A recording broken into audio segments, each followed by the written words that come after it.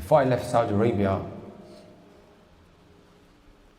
me and the family, we took a taxi to Jeddah. And you know, normally when you have a taxi driver, you begin to start talking to him, right? Just start having a conversation with the taxi man. And I said to him, "Akhi, tell me the situation here in the kingdom. You have a lot of youngsters, you have a lot of shabab, because I heard a lot of things that take place." And he said to me, "Listen, as a taxi driver, we see things that many people don't. Because we are the guys who drop people off.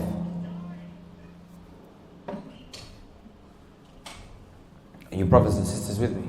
He says, "We as taxi drivers, we see things that many people don't. In some of these countries, brothers, you have compounds that people are not given access to unless you have a code. It's like where rich people live. Where rich people live, if you want to get into the compound where all of these very big, huge, lavish mansions are, you need a code to get in. So, a taxi driver is carrying a sister in the back of his car. Wallahi, brothers, he told me this as we, and sisters, he told me this as we were on our way to Jeddah. He said, "I'm the one that's dropping her sister off." Where am I dropping her off to? A party.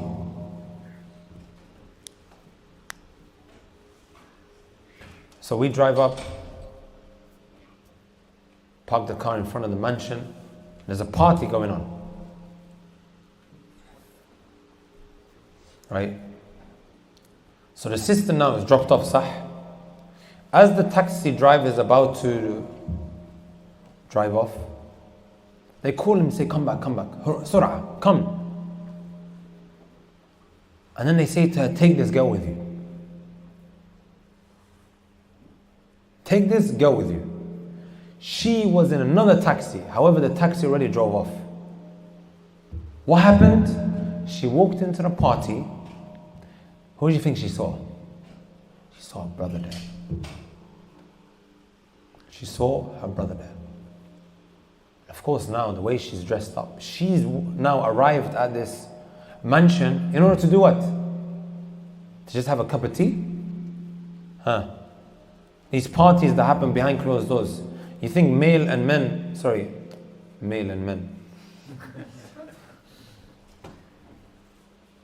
We're in Pride Month, by the way. We are in Pride Month. We do have male and men. على كل حال,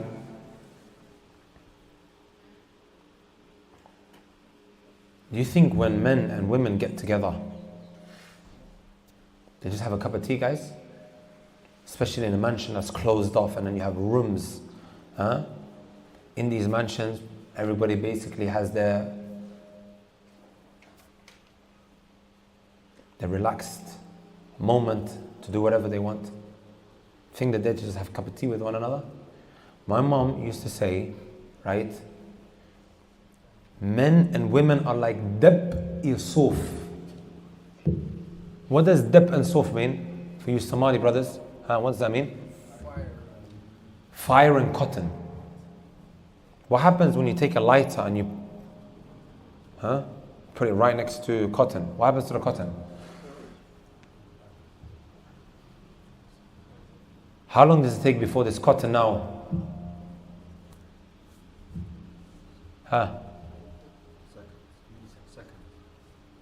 Milliseconds. Is that what they call it, right? Milliseconds, huh?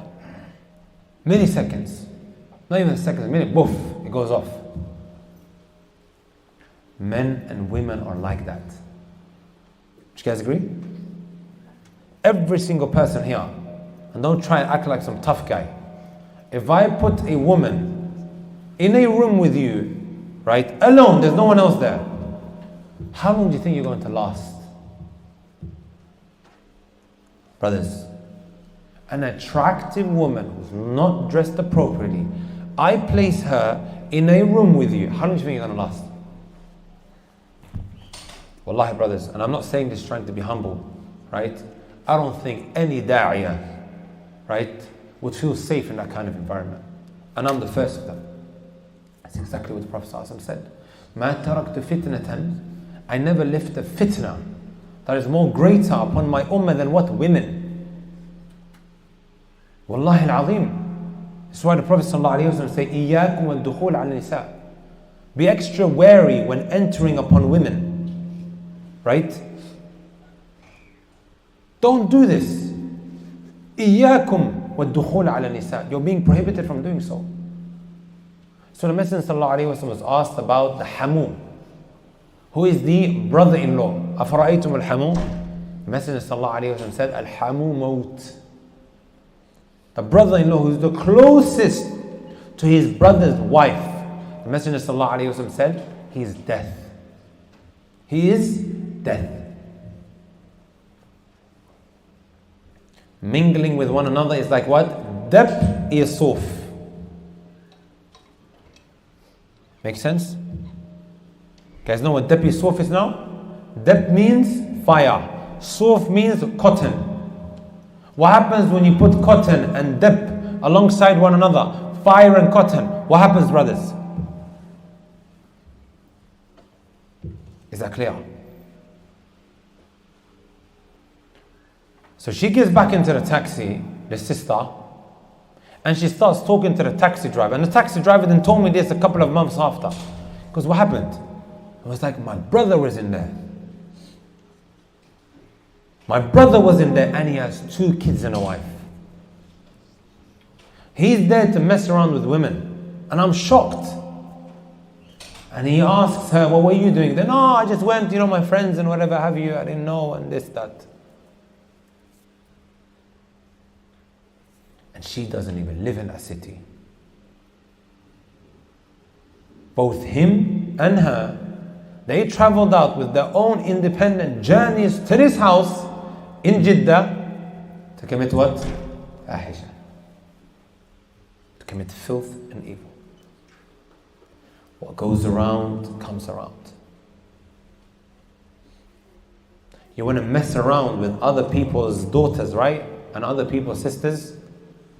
Don't get upset when it happens to your sister. Don't get upset when it happens to your daughter. Don't get upset when it happens to your wife. You want to go to work, right? And you let your guard down. You become extra comfortable with the women around you because you think no one's going to find out. Remember, we are living in the era of millennials, when one can easily slide into the DMs of your sisters and also your wives, and some of your female relatives. So I always say to even some of my relatives, if you want your little sister, right, inshallah ta'ala, to remain safe, make sure you take extra care with how you conduct yourself. You think you can just have these easygoing, flirtatious, I'll call it flirtatious, conversations with my friends from school. You really think men and women can be friends? You guys know 𝗧𝘅𝗶𝗵? Guys came across that video? When you get a chance, when you go home today, type in 𝗧𝘅𝗶𝗵, can male and women be friends?